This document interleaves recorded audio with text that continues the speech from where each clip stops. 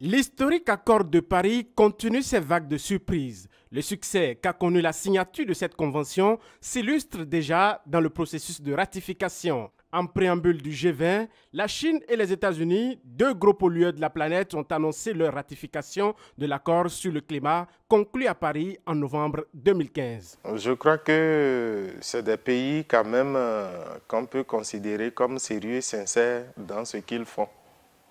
Et je vois que c'est purement humaniste ce qu'ils ont fait. Parce qu'ils peuvent ne pas le faire et puis les autres, surtout les îles, les pays insulaires vont disparaître. Et ils le savent. S'ils l'ont ratifié, ça veut dire qu'ils sont conscients puisque il va falloir que les Américains réduisent un certain nombre de services. La Chine émet 20% des émissions de gaz à effet de serre, alors que les États-Unis envoient 18% de ces émissions de CO2 mondiales dans l'air. C'est donc deux poids lourds qui viennent de montrer le chemin à suivre aux autres pays qui sont attendus pour cette ratification. Au Bénin, la lourdeur administrative constitue jusqu'à preuve de contraire le seul obstacle pour y parvenir. Le Bénin n'ayant pas encore ratifié, je crois que c'est des procédures administratives. Le Bénin finira par ratifier. Je pense que nous n'avons aucun intérêt. D'ailleurs, nous ne sommes pas les responsables de ce qui nous arrive aujourd'hui. Le signer va contraindre les responsables à le faire. Donc, je crois que le Bénin va le faire et ceci, c'est au niveau de l'Assemblée.